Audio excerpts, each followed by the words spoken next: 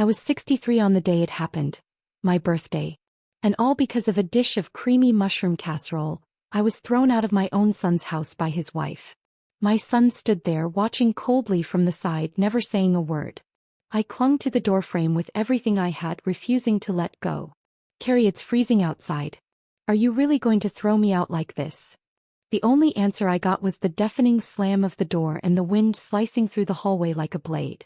At exactly 7 o'clock that evening, Carrie and Lynn walked in, laughing and chatting like nothing had happened. I greeted them with a smile. Lynn glanced at the dining table but said nothing. I let out a quiet breath of relief and slipped into the kitchen to get the utensils. Then out of nowhere her voice exploded across the dining room. What is this? Her tone turned sharp and shrill as she pointed at a baking dish tucked into the corner of the table. Didn't I tell you I'm allergic to mushrooms? Are you seriously testing me again? I froze. I didn't even dare to look up. Her face twisted with disgust and she kept stabbing her finger toward the dish, her voice icy and cutting. The first time I learned about her mushroom allergy was right after she gave birth to Jason. I'd made her a mushroom casserole. She didn't say a word all evening, then broke down in tears, accusing me of trying to belittle her on purpose. No matter how many times I explained, she wouldn't listen. Carrie ended up yelling at me, calling me clueless and manipulative. To put out that fire, I gave her a third of my savings to buy a diamond necklace. That was the only way to resolve it. Since then, not a single mushroom has shown up on our dinner table. But today was my 60th birthday. I just missed that familiar flavor. I walked past the hot food section at the supermarket 3 times before finally picking out the smallest tray they had. It was my birthday after all. I thought maybe, for once, I could be a little selfish. Just a small dish. Just for me. Besides that, I also made Carrie's favorite roast beef, Lynn's favorite pan-seared cod, and Jason's favorite honey-glazed wings. I placed the mushroom casserole in the farthest corner of the table, where it looked more like leftover scraps than an actual dish. But she spotted it anyway. My throat tightened. I lowered my head and said nothing. My silence only seemed to fuel her rage. She burst again, louder this time. Say something. Who are you playing the victim for this time? Her manicured fingernail was inches from my face. I instinctively leaned back and shot a glance at Carrie, silently begging him to speak up. But he just kept watching TV, pretending none of this was happening. I sighed and opened my mouth to explain. Before I could get a word out, Lynn grabbed my arm and started dragging me toward the door. You're trying to make me look bad again? I've had it with your little act. Out. Get out before I lose my temper even more. She was tall and heavy-set, pulling me along like I was a grocery bag. In 3 strides I was at the door. I stumbled. One of my shoes slipped off. I gripped the door frame with all my strength and begged. Carrie, I didn't mean to. I just wanted on my birthday. Before I could finish, the door slammed shut.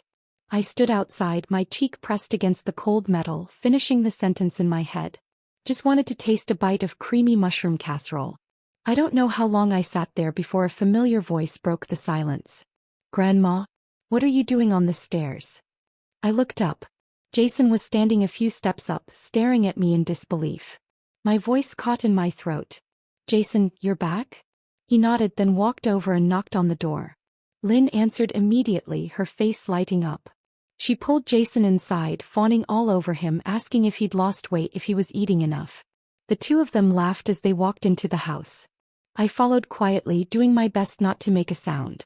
As I crossed the threshold into the living room, I let out a faint sigh of relief. But the next moment, Lynn extended her arm and blocked me. Her voice was razor sharp. Did I say you could come in? She sneered at me. What's the matter? Don't understand plain English. She'd been saying that same line for years. Anytime something didn't go her way, she'd throw it in my face. Whether I explained or stayed silent, she'd shout it just the same. She was a walking powder keg, ready to explode with the slightest spark. The only one who could calm her down even a little was Jason. I looked at him, pleading with my eyes. I raced him practically by myself. But he just shrugged and gave me an apologetic smile like a bystander. Then he disappeared into his room. Something inside me sank. So I didn't back away. I clenched my teeth and stepped forward. Even if she yelled, even if she hit me, I just needed to get inside. That step seemed to push her over the edge. She completely lost control and shoved me hard, screaming, "Are you deaf?" I said, "Get the hell out." I held onto the doorframe so tightly my knuckles turned white. I turned to my son, my last hope, and said, "Carrie, it's freezing out. Are you really going to throw me out like this?" He walked over, rubbing his temples like I was a nuisance. For a moment I felt a flicker of hope. But then he calmly pulled Lynn aside, gave me a gentle push toward the door, and slammed it shut behind me. I stood there, stunned, unable to say a word. He came back a few minutes later and led me to the end of the hallway, scolding me under his breath. "Mom, what are you doing? You know Lynn's allergic to mushrooms. Why would you make that?" I twisted my fingers, whispering, "It was just for me. Today's my birthday." He cut me off, agitated. Yeah, but could you not rub it in her face? Did you really have to eat it in front of her?" Then he pulled out his wallet and handed me a few bills. "Here. Go stay somewhere for a couple nights. I'll bring you back once she cools down." I didn't take them. Where was I supposed to go at 10 at night? The streets were pitch black, lit only by headlights and the wind. Seeing me hesitate, he sighed and shoved 2 more bills into my hand. "500 should be enough, right? You still have cash, don't you? I gave you 400 just last month for groceries." I still didn't move. I just stared at him. That 400? It was supposed to feed all of us for an entire month. And more than that, this wasn't about the money. He never noticed I was still barefoot. The night wind cut straight through the hallway tiles, stabbing into the soles of my feet and sending shivers up my spine. The door creaked open again. Lynn stepped out, her face like thunder, dragging a bulging blue suitcase behind her. She hurled it at me like it was garbage. "Take your crap and get lost," she snapped, jerking her chin like she was tossing out the trash. Then she turned and shot Carrie a glare sharp enough to slice through steel. "You're just gonna stand there? Or are you planning to go with her?" Carrie looked at me. Then he looked at her. He clenched his jaw and turned on his heel, disappearing back inside. I sank down beside the crumpled suitcase, sitting blankly on the edge of the sidewalk. The streets hadn't fully quieted.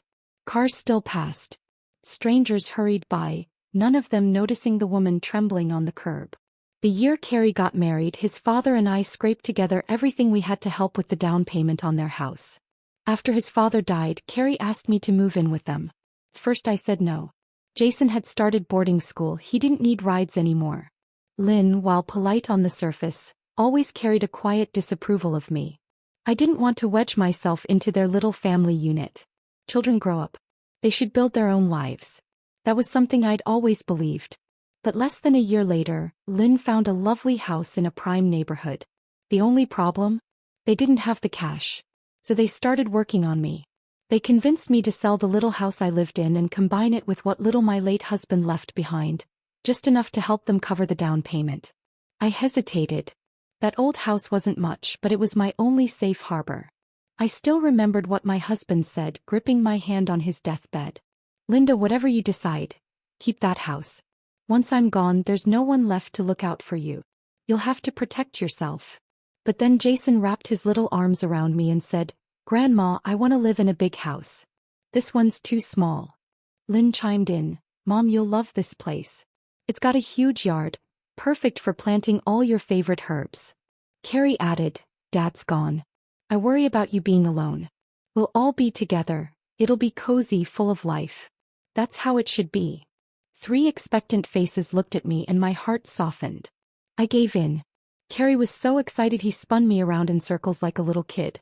And at first it did feel like a dream. The house was spacious, the yard wide and open.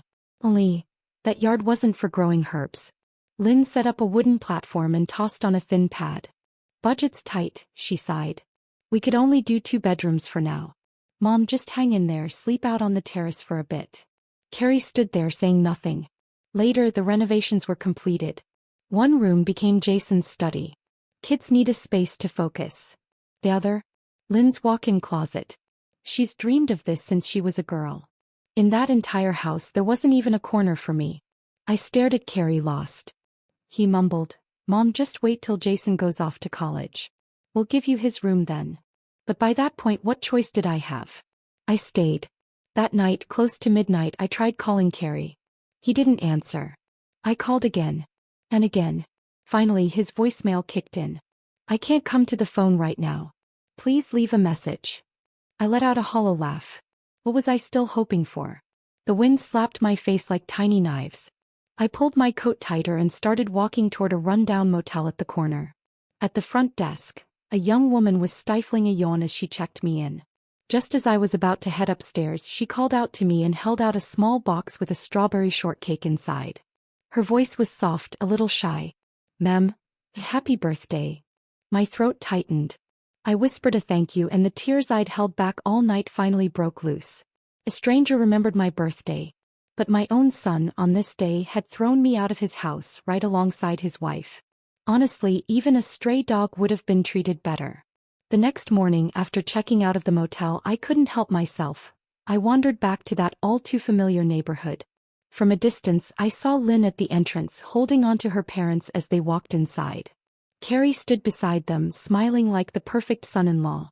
I hesitated, unsure if I should go over and say hello. He spotted me immediately.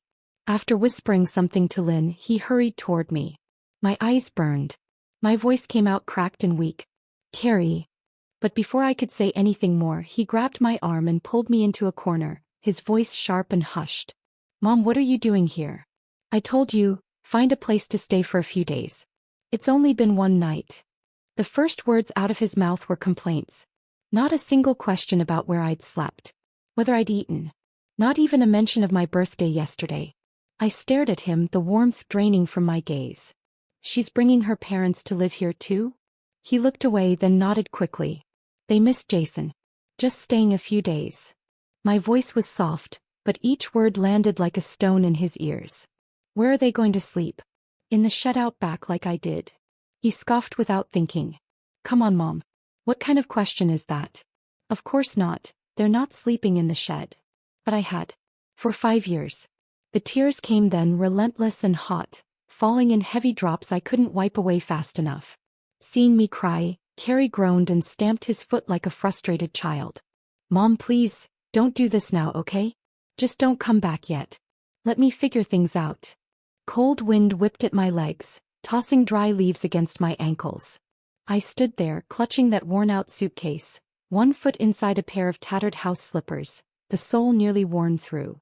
Through my tears, I watched him walk away. His back grew smaller and smaller until it finally disappeared behind the apartment door. I stood there for a long moment. And then suddenly I stopped crying. I felt calm. Completely calm. I reached into my coat pocket and pulled out my phone. Dialed a number. When someone picked up, I said, "Yes. I've made my decision. I'm ready." As I ended the call, I took one last look at that so-called home. No trace of longing. Not a flicker of hesitation. Then I turned and walked away for good. I returned to the small southern town I had once left behind in my youth. Decades had passed. The dusty dirt roads had been replaced by smooth pavement. The streets were clean, the air tinged with the salty breeze that rolled in from the sea. I followed the path etched in my memory and found the old house. Its wooden door was worn and weather-stained. The roof sagged under crooked shingles and wild weeds had nearly swallowed the yard. This was the first home my husband and I ever built, right here on this patch of land. Back then we gave up everything for Carrie's future. Left our hometown and went to New York to scrub floors and deliver food, busting our backs to earn a life in the city. Never in my life did I think I'd make a full circle, right back to where it all began. I stood there, lost in thought, when a familiar voice snapped me out of it. "Well, I'll be damned. If it isn't Linda. What are you doing back here?" I turned and saw Martha Jenkins standing at the fence, arms crossed, a half-finished bag of sunflower seeds in her hand, a smug little grin tugging at her mouth. Her eyes sparkled with mischief. My scalp prickled. Of all the people to run into, it had to be her. Back in the day she was always competing with me over everything. Her mouth ran like a broken radio, never turning off. Even after I moved to the city, every time I came back for a wedding or a funeral, she'd find a way to get her jabs in. If she found out my own son had kicked me out, she'd have enough material to roast me for 3 years. I lowered my head and gave her a nod, just enough to count as a greeting. She clicked her tongue. "You still got your luggage with you? Don't tell me your son threw you out." That mouth. Still as sharp as ever. I clenched the handle of my suitcase and said nothing. She seemed disappointed I didn't bite. She shrugged and walked off.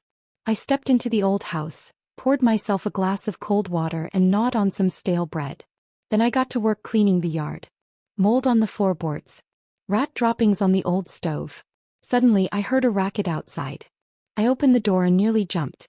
A small crowd was gathered on the front step, some holding toolboxes, others carrying gardening shears or stacks of kitchen supplies.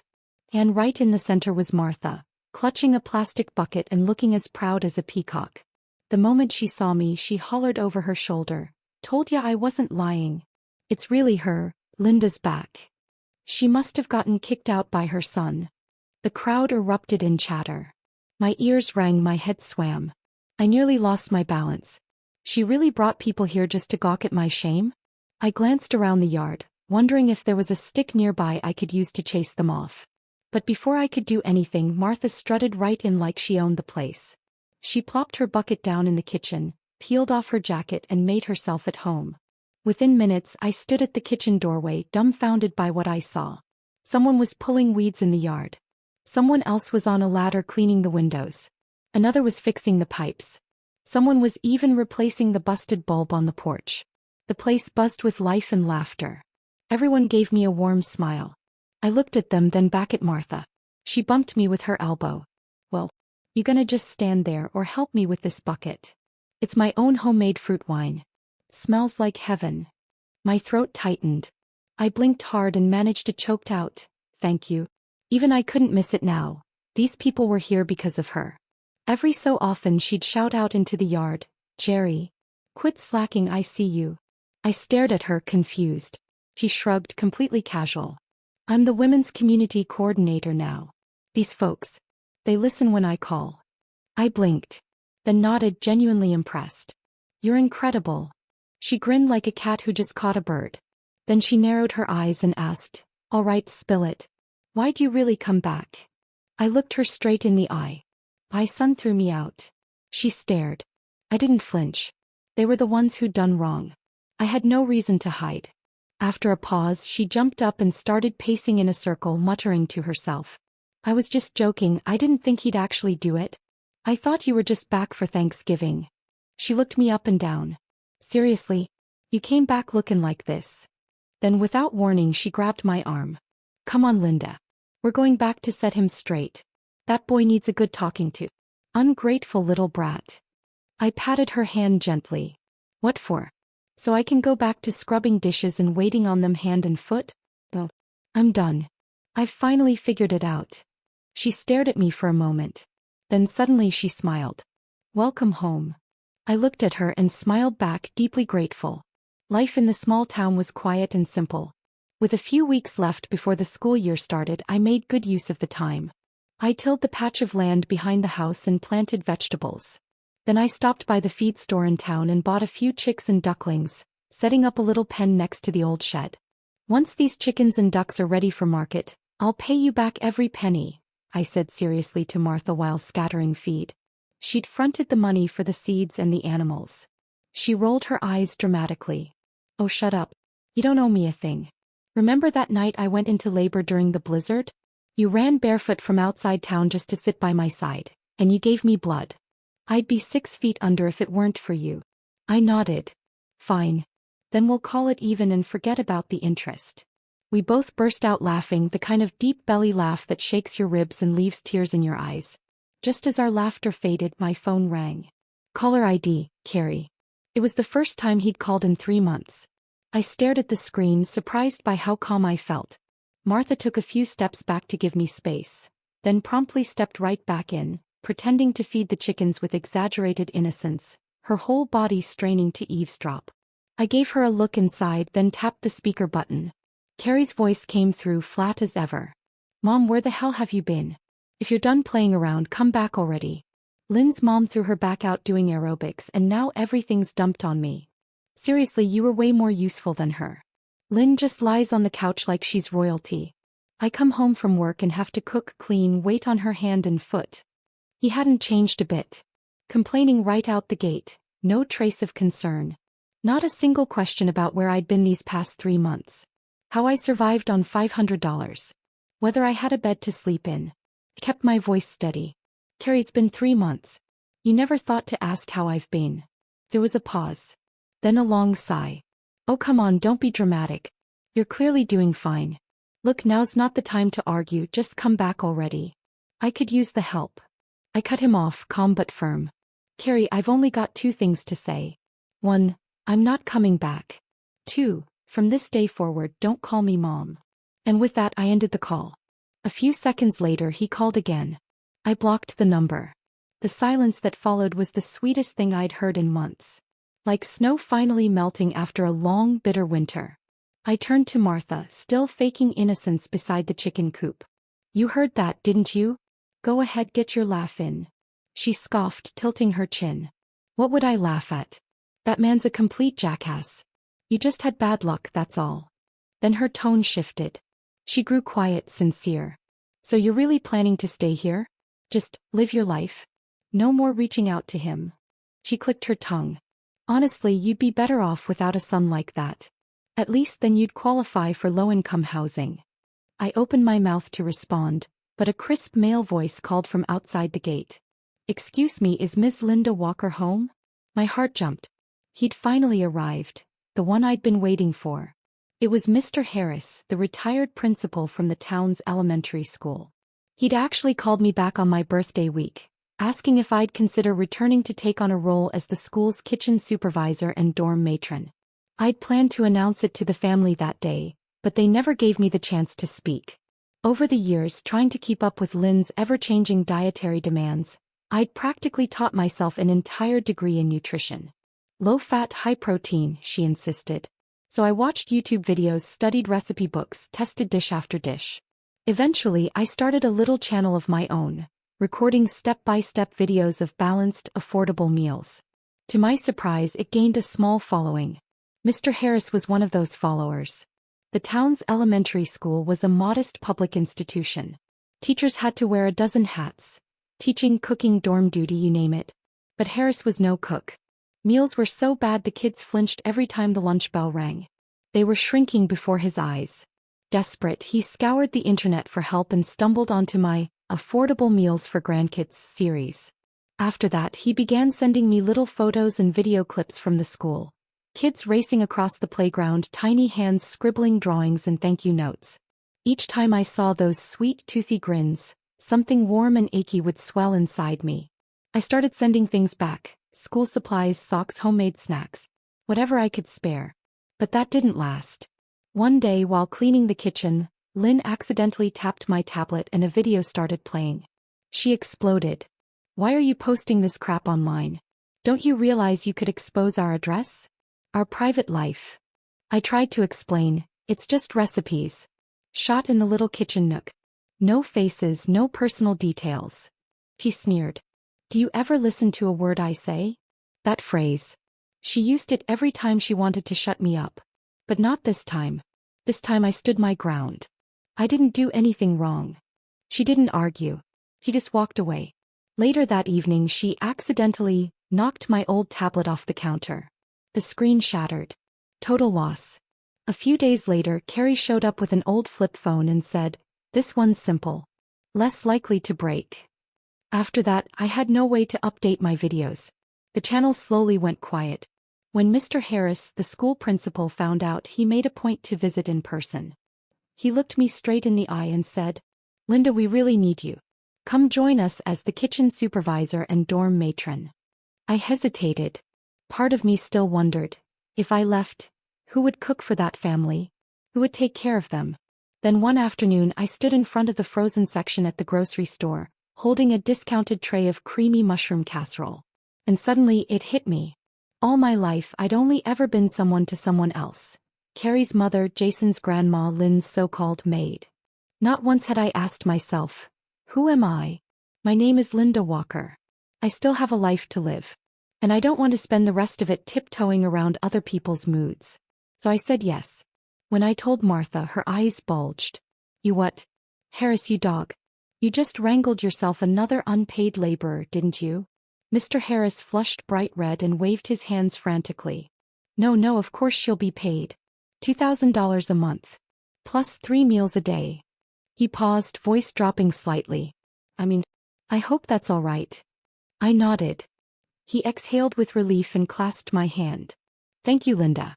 We don't have much to offer, but those kids need someone to feed them.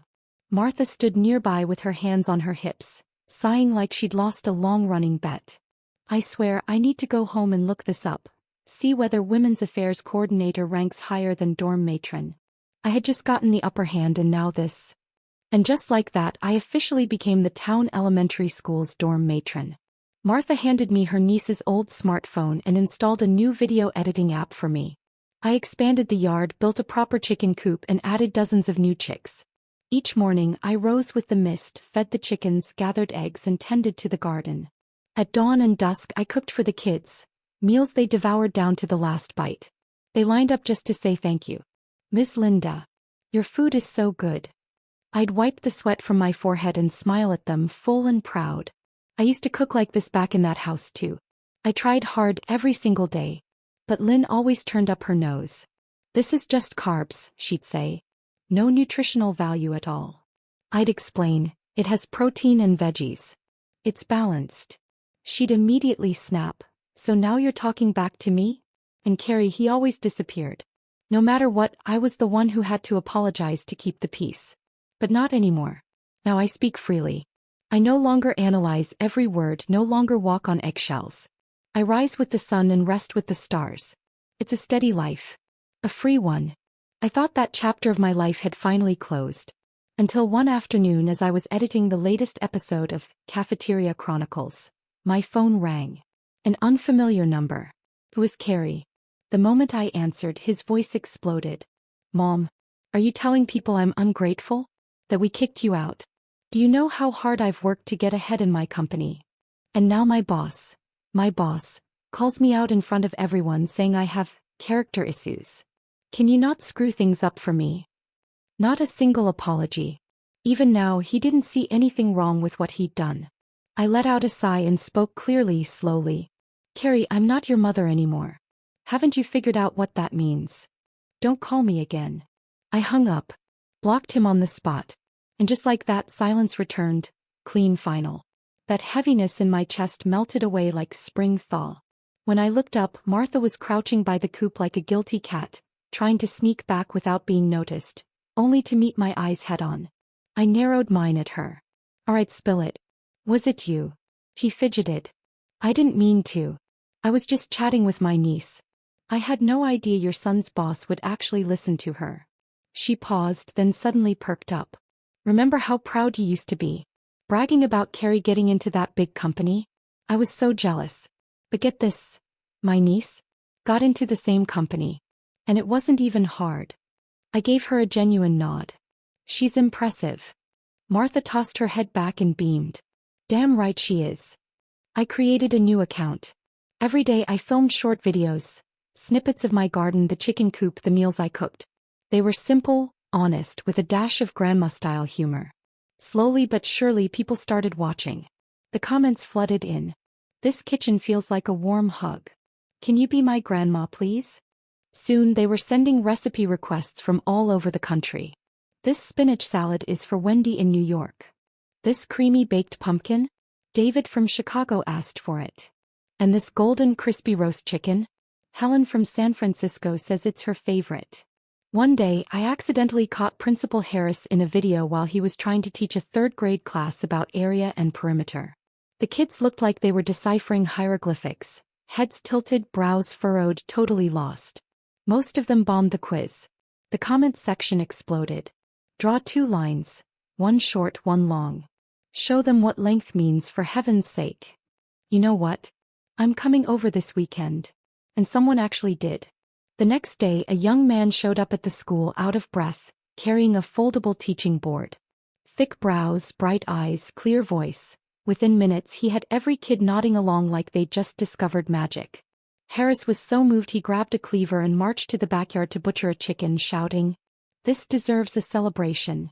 I happened to capture the whole thing on video. Chalkboard lesson, chicken feathers and all. It went viral. When the earnings report came in, the 3 of us, Harris, Martha, and I, stared at my phone like we just hit the lottery. We sat around the kitchen table tossing around ideas for how to use the money. Harris was the first to dream big. If this could actually help the village become self-sufficient, Maybe our young folks wouldn't have to leave for the cities. And maybe the kids wouldn't have to grow up as left-behind children. I nodded as I scribbled in a little notebook, carefully jotting down every word. These were conversations far beyond the world I used to live in. But I was ready to learn, eager to catch up. What I didn't expect was Carrie showing up in person. That afternoon, I was sitting in the kitchen drafting the next day's lunch menu when a knock came at the door. I thought it was Martha dropping off eggs. But when I opened it, there stood Carrie and Lynn. Carrie rushed forward, grabbing my hand, his voice unusually eager. "Mom, I finally found you. Come back with us, okay?" I looked at him. It had been 2 years. His face looked tired, streaks of gray creeping into his hairline. From the moment I walked away with $500 in my pocket, he hadn't really looked for me. My past compromises came from love, not foolishness. I said nothing, simply slipped my hand out of his grasp. He hesitated, confusion flickering across his face. Then came the pout. "You're still mad? Come on, it's been so long." Lynn knows she was wrong now. He nudged Lynn, who lowered her head, mumbling like a scolded kitten. "Linda, I'm sorry. Please forgive me." It was the first time either of them had said, "I'm sorry." But by now I didn't need it. I nodded and replied calmly, "All right. I hear you." A look of relief washed over Carrie's face. He grabbed my arm again. "Great. Let's go home." One by one I pried his fingers off my arm. "I'm not going anywhere. This is my home." Carrie scratched his head, visibly irritated, eyes darting away. Then suddenly he shoved Lynn forward. She lunged at me, grabbing my hands and sobbing. The old me would have wrapped my arms around her. But now, I just stood there, letting her act, watching in silence as she fumbled through her performance. Carrie stared like he didn't recognize me, like he couldn't understand how I'd grown so calm, so cold. After a long pause, I sighed. "All right, out with it. What happened?" He exhaled like a mask had fallen off. "It's Jason. His grades aren't good enough to get into a decent college. We want to send him abroad." He paused again. I gave no reaction. He continued. "The tuition's expensive. We just can't cover it. So that's why they came. Not for love. Not for guilt. For money." Lynn piped up in her most dutiful daughter-in-law tone, the one I knew too well. "Mom, Jason's your favorite grandson." Carrie added, "Yeah, Mom, he's been asking about you a lot." I nodded and said lightly, "I see. So, you want me to go overseas with him? Cook his meals, do his laundry?" Lynn recoiled like I'd smeared something disgusting on her. "What are you talking about? Go with him? You wish. Then why were they here?" Carrie, sensing I wasn't budging, dropped the act altogether. "Mom, can you stop pretending you don't understand? Let's just be real, we need money. You've been making a lot from that video channel." I checked. I looked at him long and hard, like I was finally seeing every selfish thread that had stitched itself into him. He shrugged, his face souring. "I'll be honest then. I need 50 grand. "I don't have money," I said flatly. Their faces changed instantly. I pulled out my phone and opened the back-end dashboard. The account showed just a few $100s. They both gawked at the screen. I said calmly, "Every cent from that channel. I donated it to this school. We got new lights, fans, desks, even built a basketball court. That money isn't gone. It just changed form. Now it stays with me and these kids every day." Lynn's face flushed red in an instant. She burst into a tirade. I cut her off. "Lynn, you know exactly what I gave you over the years. Your wedding gift? 30,000. The ring in your house down payment? Me again. You wanted a bigger house and coaxed me into selling my home. I agreed. You made me sleep in a shed. I endured that too. I have no guilt toward you. But you don't get to stand in front of me and accuse me of anything." She clenched her teeth, voice rising to a shriek. "You have no right. Did you forget that damn mushroom casserole? I nearly died. You might not remember, but I do. I'll hold that grudge forever. One dish. One honest mistake. And she'd carried it like a blade for over a decade, stabbing me with it whenever she pleased. No matter what I gave, how much I sacrificed. All she remembered was that one bite." I laughed. And then I cried all at once. What level of cruelty was this? Carrie's eyes filled with tears. He looked like he was about to implode. "You have any idea how hard my life's been? I had less than my friends growing up. After I got married, they were buying houses outright, flying around the world. And you? All you ever gave me was help with a 3-bedroom down payment. Now you're finally doing well and you won't help me? Are you even my mother? Something twisted in my chest.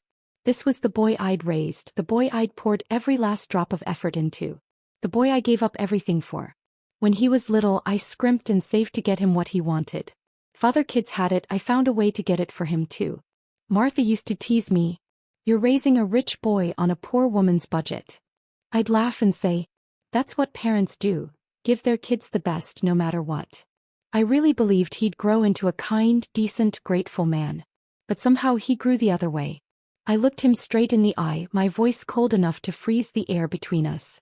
Carrie, remember the year you finally got your promotion? The company offered you a year-long field rotation in the West. Do that and you'd be on the fast track. You turned it down because the town was too remote. Then came the chance to move into business operations. You said the networking dinners were beneath you. So again you walked away. You didn't want this. You didn't want that. So you stayed in admin, sitting behind a desk, collecting your fixed paycheck, blaming the world for being unfair. You didn't want to work harder, but always said I didn't try hard enough. The only thing you've consistently done is stand behind your wife and plot against the woman who raised you. I stepped forward and firmly pushed them both toward the door. Go. I told you already, I'm not your mother anymore. Carrie panicked and lunged toward me, wrapping his arms around my shoulders. Mom. I'm sorry. I didn't mean any of that. Look, if you've already donated the money, fine. No problem. Just give me what you make next, okay? I tried to shake him off, but he clung tighter. Then he shot Lynn a look and the two of them started dragging me toward the door. Just come with us, he pleaded. Lynn's making videos now too. We'll feature as a family. We'll make the money back in no time. You won't have to lift a finger. Help. I screamed. Carrie clapped a hand over my mouth. Stop yelling. It's a small town, everyone's asleep. No one's going to hear you. But right then a voice thundered from outside. Who says no one can hear her? The gate burst open. A group of townspeople stormed in, carrying tools and flashlights. Martha was leading the charge, flanked by Principal Harris and a few strong farmhands. Let go of Ms. Linda. Martha roared like a field commander. Carrie froze. Lynn screamed and tried to pull me out again, but Martha yanked her back with one sharp tug. Just like that, it was over. By the next day, Carrie and Lynn were infamous. Their faces were plastered across short video platforms, flooded with rage from thousands of users. People dug up everything, their address, their jobs, even the names of their bosses. Eventually, the pressure got too big to ignore. The company took the easy way out and fired them both, citing internal restructuring. On my 65th birthday, Principal Harris was up at dawn, rallying the kids to bake a surprise cake. I wasn't allowed near the kitchen. He ordered me to go water the herbs or something. The clattering of pots and pans made me nervous. When they finally rolled the cake out, I burst into tears at the sight of it. A fondant masterpiece shaped like a woven produce basket, filled with bright green veggies. In the center stood a tiny figure wearing an apron, smiling from ear to ear. It was me. Miss Linda. We practiced that fondant cake for weeks. A chubby little boy beamed up at me, waiting for praise. With tears in my eyes, I handed out red envelopes to every child. They shrieked with joy, laughter bouncing off the walls like fireworks. Blessings came pouring in from all over the country. By then, the channel had grown so much I no longer worried about money. So I used the holiday break to take the kids on a field trip. A summer camp at the state university. Martha was giddy as a teenager. Linda. I've never been so happy in my life. The children ran ahead, asking questions, pointing at every shiny building. Harris trailed behind, wiping his eyes with the back of his hand. Can you believe this? We made it here. We wandered through a bustling market where the air smelled of crispy corn fritters. One of the vendors had dark skin and familiar eyes. He froze when he saw me, started to step forward, then stopped. I met his gaze, cool and steady. Then I turned and walked on. Martha studied my face, then let out a quiet breath. You okay? She whispered. I nodded. Doesn't hurt anymore. With the morning sun lighting our path, we walked beneath golden trees, the gravel crunching softly under our feet. That little house with no lock. That cramped wooden bed. All the cold stares and quiet cruelty at dinner tables. Gone. They dissolved like mist in the light. I'd finally learned. The world is vast. And worth starting over for. Love. Love should never be something one person carries alone.